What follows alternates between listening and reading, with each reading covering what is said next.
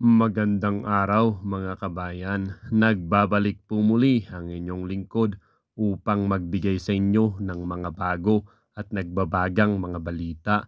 Martin Tambaluslos Romualdez gustong tumakbo bilang Prime Minister ng bansa. What? Are you serious? Sa tingin mo may boboto sa'yo? Kapal ng pagbumukha ng ungas na to. Kung may nabudol ka nung una, ngayon wala ka nang mabubudol. Kilalang kilala ka na bulgar na ang baho mo. Ilabas mo muna yung mga resibo mo para maniwala kami sa'yo. Kala ko ba transparent ang gobyerno? Bakit simpleng resibo hindi mailabas? Para sa buong impormasyon, panoorin ang buong video. At kung bago ka pa lamang sa aking channel, huwag kakalimutang mag-subscribe, pindutin ang notification bell at piliin ang all upang laging maging updated sa mga bago at nagbabagang mga balita.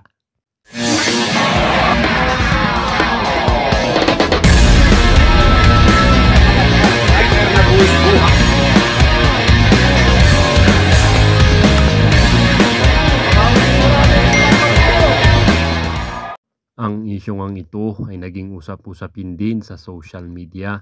Merong isang netizen na nagsabi, "Sa Duterte lang kami nagtitiwala. Kung Duterte ang magiging Prime Minister, nasa tamang landas ang bansa." Sabi din ng isang netizen, "Mga kababayan, kung pag-uusapan ng term sa highest position, dito kami sa unit team ni PBBM at VP Sara Tandem. Only for P or VP, sa kanilang dalawa lamang bagay, vice versa. Si President Bongbong Marcos, marami nang nagawa. Ito pinagpatuloy ang build na naging build better more. 2, he is very concerned of our entire territory gamit na ang kamay na bakal sa WPS against of Chinese invaders in our EEZ on WPS. That no single square inch of our territory would lose. Number 3, improving our economic growth. Number 4, continuously searching oil, gas, and deuterium exploration na nakapublish na sa social media. Sabi din ng isang netizen, mabuhay ang bansang Pilipinas. Tama ang sinabi ni Senator Amy Marcos. God bless you. Sana unahin muna ang ating mga problema sa ating bansa. Huwag siraan ng siraan. Ay naku, halos ang ating bilihin ay matataas. Malayo pang eleksyon, okay? Change. Kayo sa mga audience ko dito, willing ba kayong ibahin na naman ang i-revive itong chacha? Charter change? Hindi yung chacha na sumasayaw ha?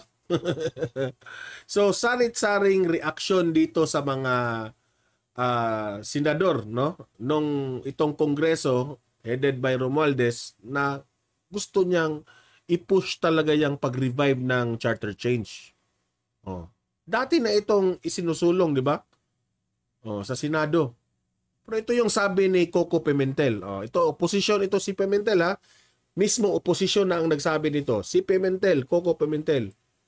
Supportive siya sa panukalang i-revive itong charter change sa 2024. Supportive siya, i-revive. Pero gusto niya federalismo. Yan rin nung kay Robin Padilla, di ba? Kaya nga itong si former President Duterte, PDP laban, no? Because sinusulong natin yan, yung federalismo nung panahon ni Duterte, pero hindi bumagsak yung isinusulong ni former President Duterte dati, no?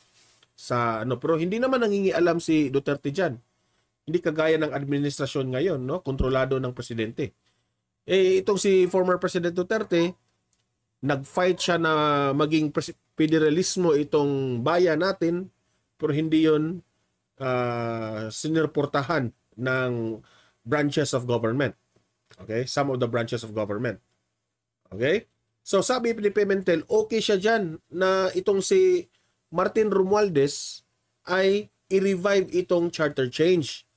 Pero federalismo. Okay?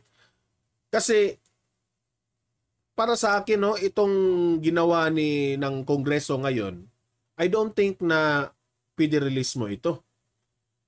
Si Pimentel, in case federalismo ang kanilang agenda, susuportahan niya ito. At sabi pa ni Pimentel, bantayan natin ang term limits. Yan kasi yung mga ibang mga government official natin sa Pilipinas gustong baguhin ang charter change dahil dyan sa term limits. Ayan, nakikita na talaga ang mga kolor ninyo. Kaya pala, term limits kasi gusto nilang mapataas ang kanilang bilang isang government official. Ano ba? Hindi ba enough, mga buaya, yung iba dyan? Hindi ba enough na yung pagkabuaya ninyo dyan? Gusto nyo pang taasan yung pagiging sakin nyo sa pera?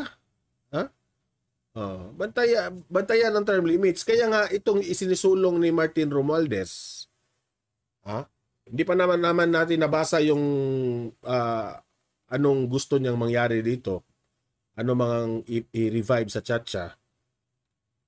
Pero Martin Romualdez, alam naman natin ang daming mga buaya dito sa gobyerno natin. Baka term limits naman yan ang babaguhin. Sabi rin niya ni itong si Senator Joel Villanueva. Ayaw rin niyang pag-usapan yung term limits na yan. Okay? Baka yung pagiging presidente, it will come into how many terms, baka yun ang babaguhin. Diba? Hindi natin alam. Baka may plano ito si Martin Romualdez na taasan yung mga term limits. Hindi natin alam, no? Baka lang, no? So, siguro payag ba kayo na si PBBM 3 terms. So he will serve at least 18 years. Pwedeng mangyari 'yan, no?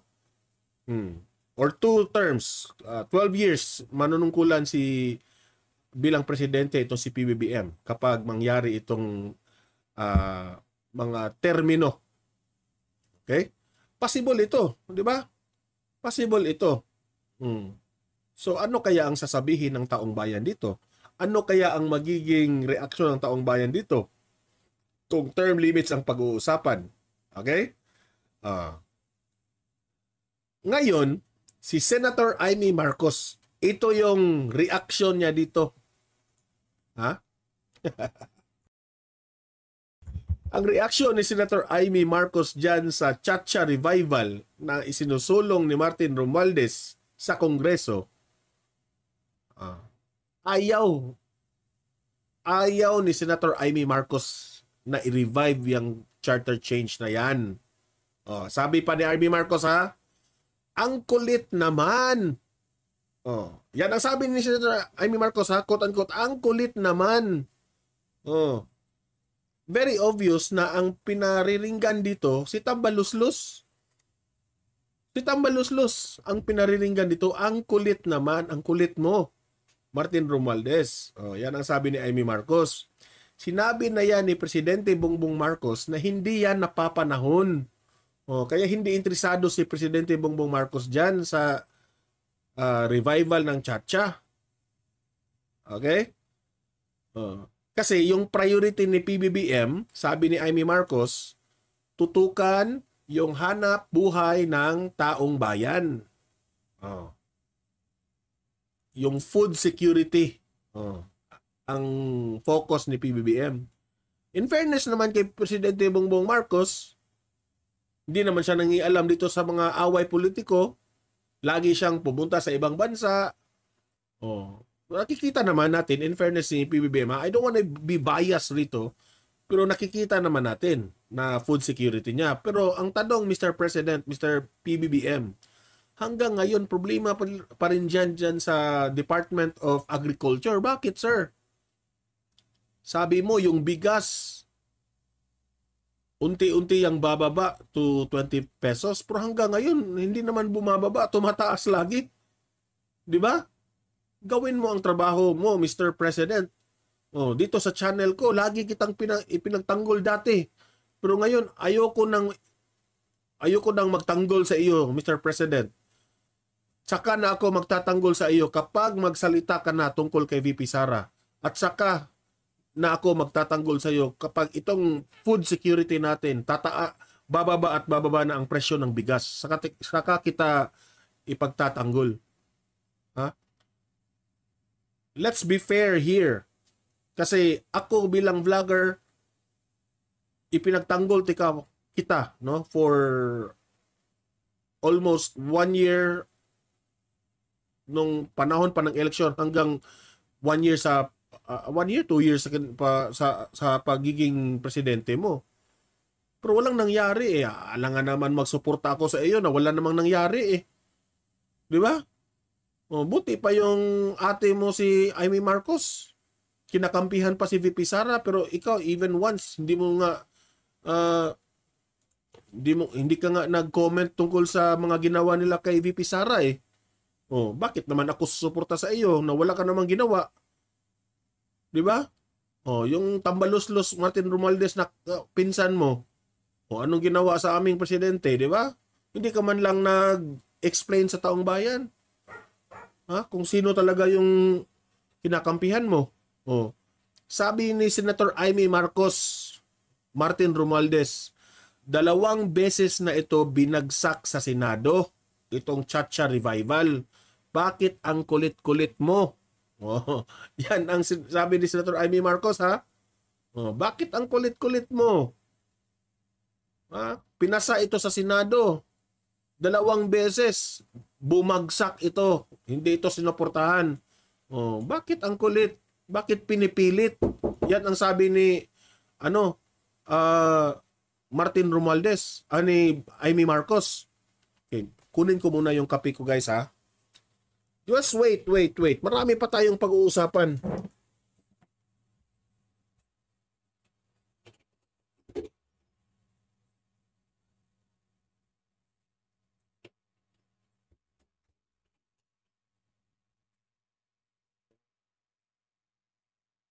Sarap ng kape.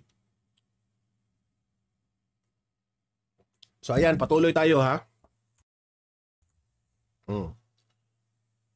2 beses na yan, bumagsak na yan sa Senado yung Chacha Revival na yan, no? So sabi ni, bakit pinipilit ito ni Martin Romualdez? Yan ang tanong, no? Bakit ito pinipilit? Sabi ni Senator Amy Marcos, baka may gustong mag-prime minister. So obvious na si Martin Romualdez yung pinariringgan. Wala nang iba. Baka gusto mong mag-prime minister, Martin Romualdez. Tanong lang yan ni Senator Amy Marcos, ha? Kasi na hindi manalo-nalo as president. Kasi mahina ang rating ni Martin Romualdez sa 2028 presidential election. Grabe, no? Kung yan ang mangyari, babaguhin ang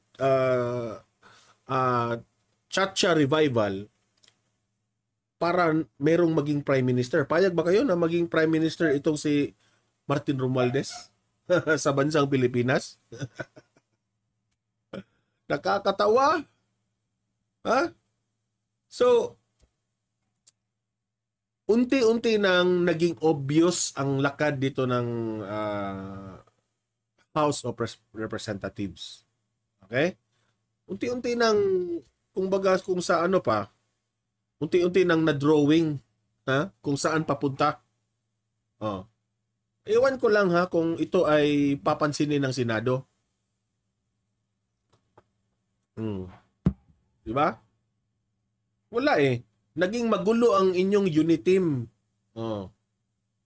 Nung una, yung panahon ng eleksyon, grabe, unit team talaga. Isinusulong yung unit team. So, sinong naggiba ng unit team na yan?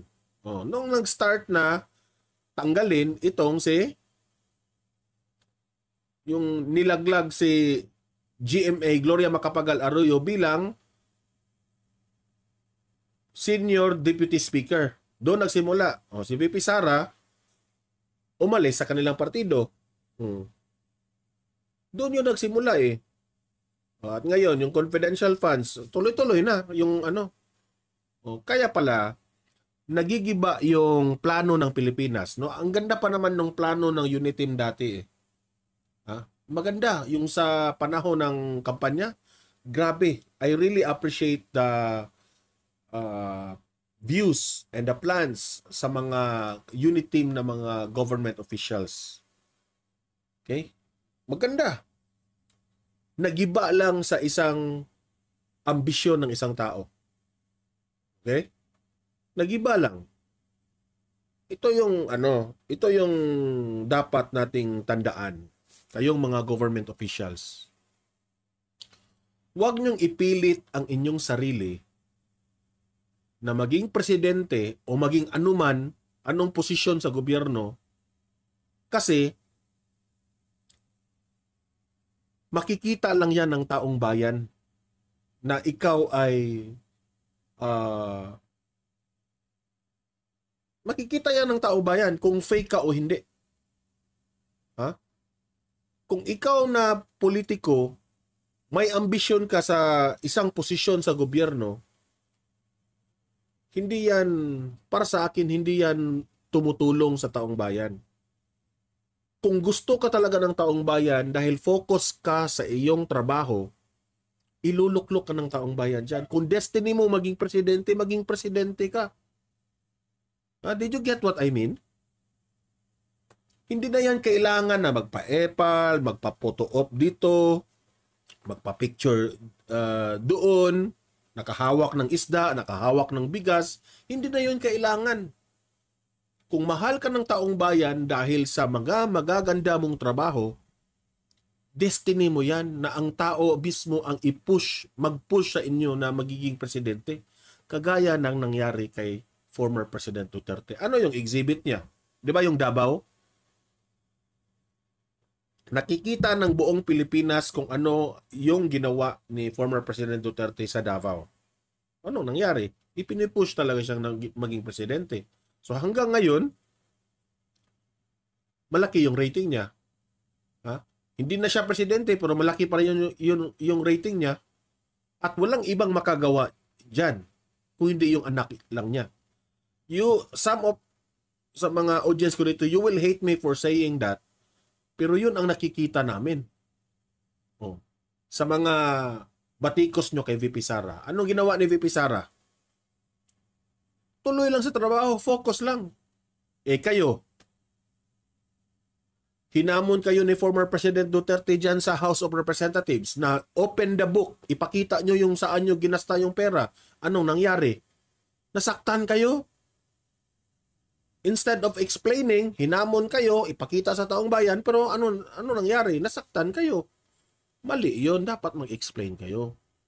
You have to give transparency sa taong bayan. Yun dapat ang ginawa nyo. Ha? Mga senador natin dyan. Doon dapat. Your priority is the taong bayan. Do not serve masters. Yan ang sabi ni Duterte kay Bato de la Rosa. Do not serve for me. Serve for the people. Kasi nagtanong si Bato de la Rosa before siya na senador. No? Sabi ni Senator Bato, Mr. President, si Tatay Digong ang kanyang tinanong, Mr. President, anong last instruction mo sa akin? Kasi ako ay nahalal na bigang senador, anong gusto mong gawin ko doon sa Senado? Anong last instruction mo, Mr. President? Alam niyo ba kung anong sinabi ni former President Duterte? Sir Bato, do not serve for me. Serve for the people. Di ba? Grabe ang sabi ni former President Duterte. Huwag kang mag-serve sa akin. Ang pinaka-importante ni former President Duterte, yung taong bayan. Kagaya rin yan sa ating channel dito, sa Donmar TV. Magva-vlog ako para sa taong bayan. Ha? Ako, pro-Philippines ako, pro-taong bayan ako. Bakit ko sinuportahan ang mga Duterte? Kasi they are pro-taong bayan. Taong bayan ang kanilang siniserbisyo. So, sabi ko, ito yung dapat kong susuportahan. Taong bayan. Revival sa Chacha. kung i-revive nyo para sa sarili nyo, kapakanan, kung i-revive nyo yung Chacha, Mr. Romualdez, sa Kongreso, kung i-revive nyo yung Chacha na yan, para sa mga government officials, wag na lang po. I-revive nyo yan, yung ating charter change, kung gusto nyo yung i-revive nyo yan, para sa kapakanan ng taong bayan. Yun sana, sir. Diba? We have the right, taong bayan. Kasi kami yung bumoto sa inyo eh. Ha? Kaya nga, we have a government here sa ating bansa para kayo makipagserbisyo. Hindi para sa mga government officials na yumayaman. Hindi ako nag-akusa ng kahit anong pero meron naman talagang mga pasaway na government officials. Meron naman talagang kurakot na government officials na tumakbo lang, gustong manalo kasi gusto nilang magpayaman. Sabi pa nga ng ibang mga politiko, ginawang business yung politika. Di ba? And that's the fact. And that's the reality sa politika ng Pilipinas. Serve the people, taong bayan. Ngayon, itong si Vice President Inday Sara Duterte, no? Masasabi ko talagang wala na, giba na talaga yung unit team. Alam niyo ba kung bakit? Si Vice President Inday Sara Duterte nagsalita na tungkol dito sa nangyari kay Ka Eric at Lorin Badoy. No? Si Vice President, excuse me ha.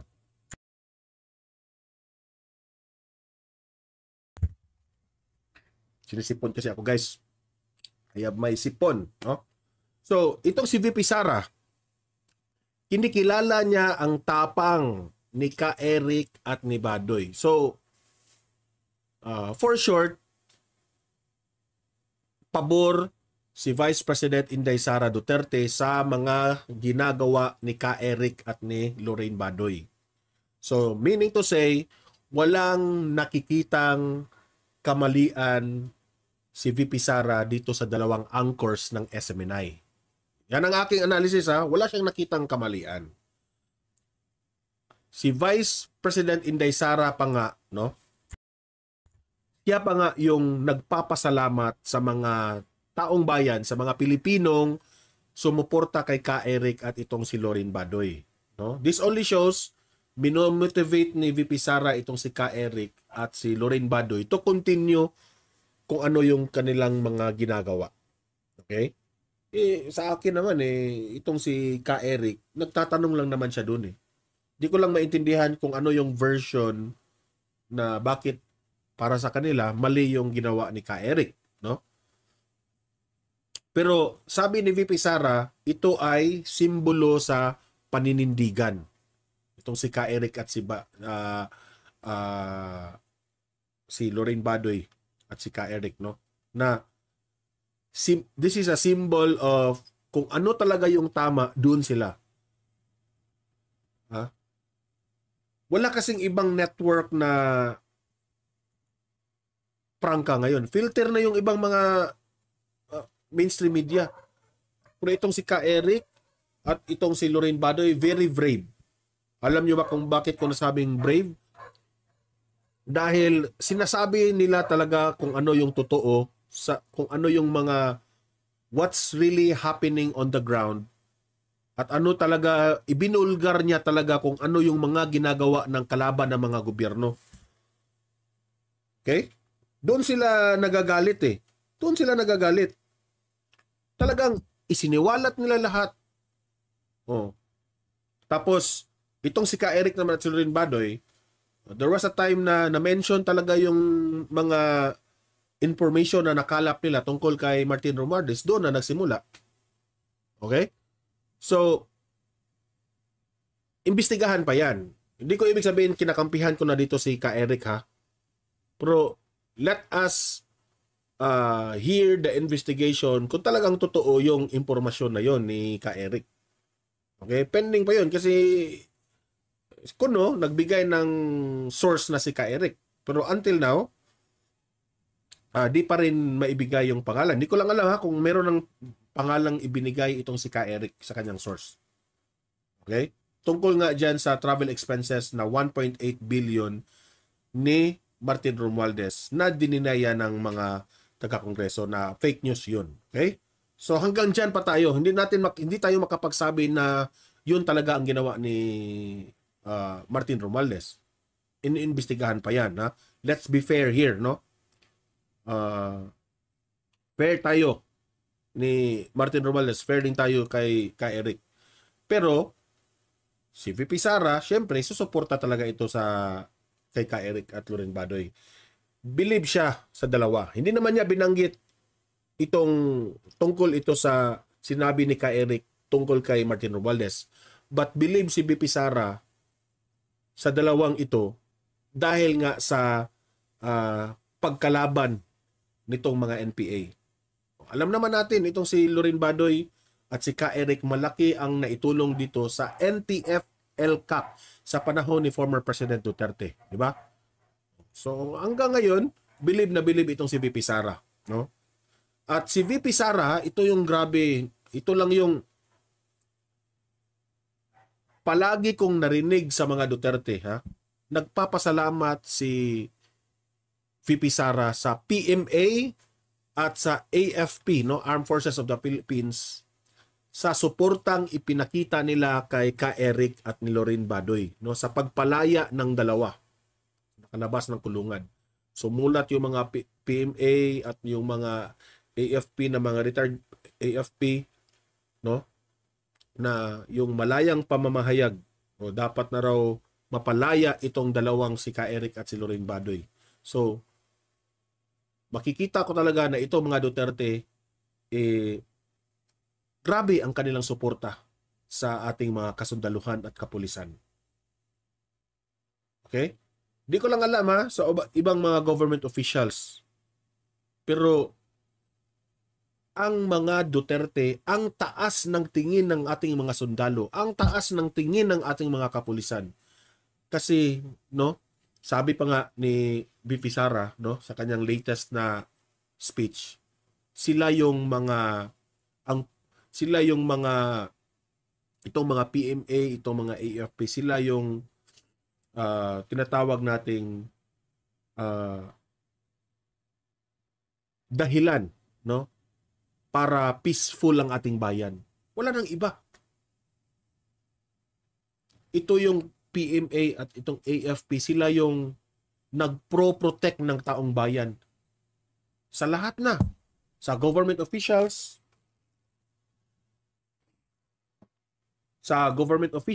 at sa mga taong bayan. Okay? So, pag sinabing itong PMA at itong AFP sumuporta dito kay Ka Eric at Loren Badoy, nagpapasalamat na si VP Sara. Wala nang dagang istorya. Nagpapasalamat na kaagad sila. Kaagad siya, no? Nagpapasalamat na. So, it only shows na yung ginawa ng Kongreso sa pagpalaya ng dalawa, ito lang sabi-sabi lang nila, no, sa mga political analyst at itong ibang mga vlogger, sa analysis nila, natakot raw itong Kongreso kaya pinalaya nila itong si Ka Eric at si Loren Badoy, no? Natakot sila dahil gumalaw na yung PMA at itong AFP. Oh. Diba? At itong AFP, suportado ito ni Ka Eric. Itong AFP, suportado sina Ka Eric at Loren Badoy. Kasi, itong si Ka Eric at si Loren Badoy, no, malaki rin ang kanilang ipinakitang respeto dito sa ating mga kasundaluhan nung time sa NTF-ELCAC nila. Oh. Okay? So, this only shows na itong sitwasyon na ito, taong bayan pa rin ang mananaig. Taong bayan pa rin ang mananaig dito. So, ayun naisabi ko na lahat yan. Oh. Ito yung pinaka alarming itong sinabi ni Senator Amy Marcos. Na-shock ang lahat. sa sinabi ni Amy Marcos na sabi niya, ang kulit naman. Ha?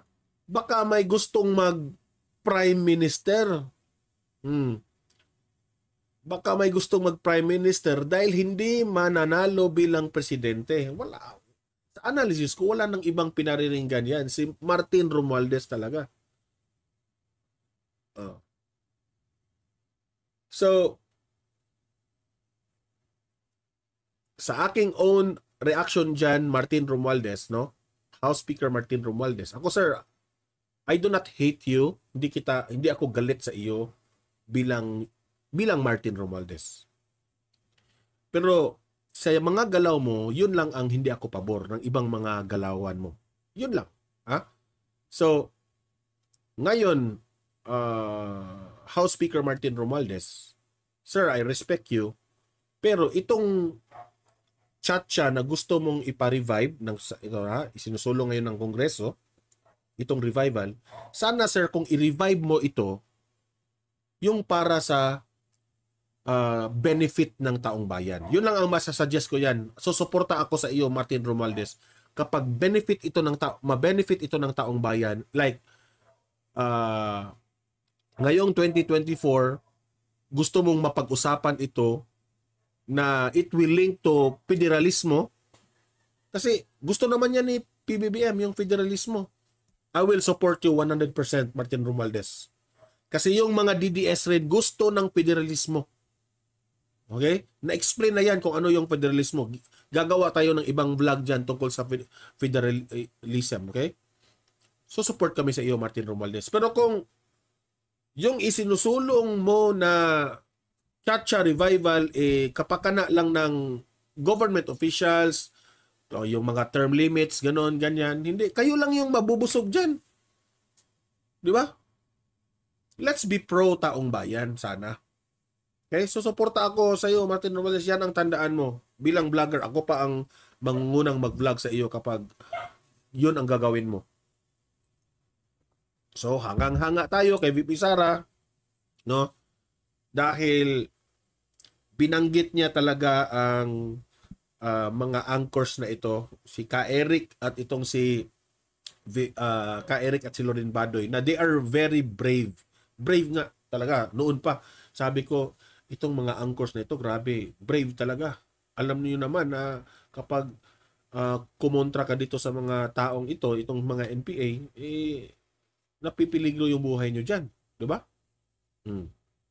Kaya nga ako, hindi ko pinag-usapan yan tungkol dyan eh. Bawal yan dito yan sa YouTube at sa Facebook yung mga ganyan eh.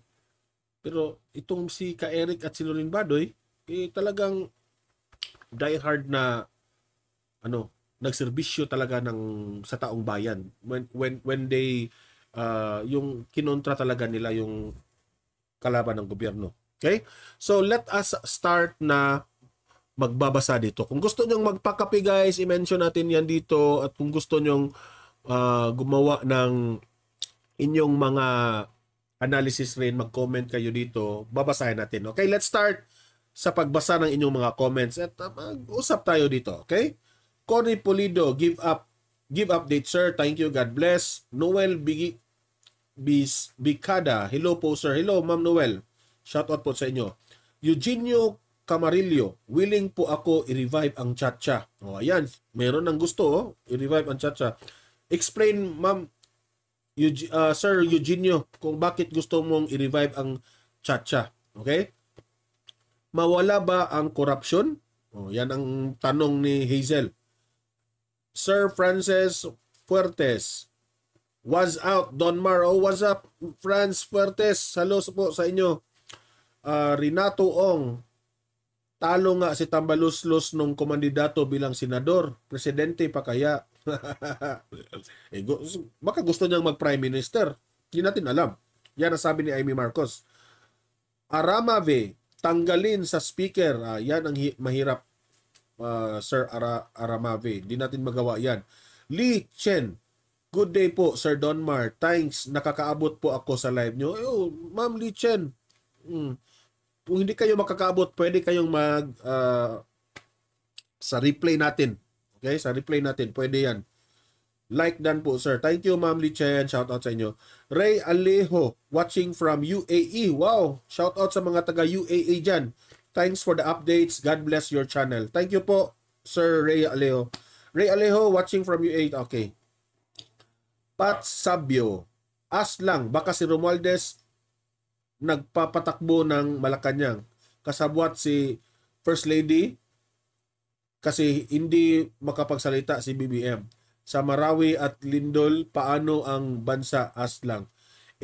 Sir Pat Sabio, yun nga ang sa vlog ni Maharlika, ito yung mga tinatarget niya, yung si First Lady at itong si Martin Romualdez, yung nagpapatakbo raw ng ating bansa ngayon, no?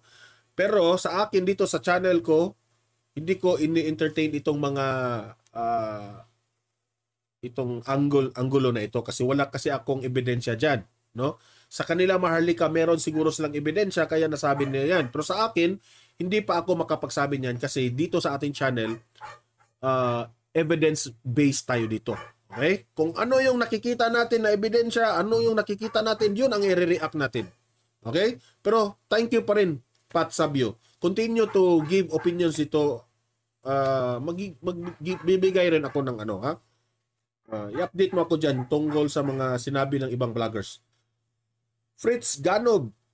Sir Fritz Ganob, maganda sana ang Uniteam, Sir Donmar. May pumapapil na ambisyoso sa mga presidente na si Tambaluslos. Oo nga Doon nagsimula na nung nilaglag nila Gloria Macapagal Arroyo. Seiya Senpai, nandito ka pa rin ng 2:33 PM, Seiya Senpai. Grabe ka naman, hindi ka natutulog. Itong si Seiya Senpai, guys, ito yung aking para na itong moderator sa Donmar TV, ha. Ito yung magre-remind sa inyo na magpa-like at magpa-share. Hi, Ma'am Seiya Senpai. Salamat sa always loyal dito sa Donmar TV, ha. Loyal tayo sa Donmar TV dahil loyal tayo sa taong bayan. Pro taong bayan ang Donmar TV. Bernardo Recalde, charter change for federalism is good. Is good raw yung para kay Bernardo Recalde. Okay? Seiya Senpai, Lichen. Hi raw. Sabi ni Seiya Senpai. Beth Shamley, PBBM, Liza Romualdez, what did you do with our country? Ayan, sabi ni Ma'am Beth. Dar Pamasin, okay na. Okay na, live na raw. Seiya Senpai, sabi ang nagpahirap sa Pilipino ay mga hoarders at smugglers. Yan nga ang sinabi ni Amy Marcos na hulihin na ito at ikulong itong mga smugglers at hoarders. Kaya bilang na mga araw nyo nangyari, ina-appoint pa as special envoy. Kasi masakit isipin na itong mga legal na mga Sa napanood niyong video mga kabayan, ano naman po ang inyong mga opinion? Ang ating comment section ay bukas para sa inyong mga komento at reaksyon. Huwag kakalimutan, do not let your thoughts left unspoken. As citizen of this country, your opinions matter. Huwag pong mahihiyang magbigay ng inyong mga saloobin, mga kabayan. At syempre, huwag nyo din pong kakalimutan i-share ang video ito upang inyong mga kaibigan at kapamilya ay maging aware din sa kung anong nangyayari sa ating bansa. Huwag din kakalimutang mag-iwan ng like. Hanggang sa muli!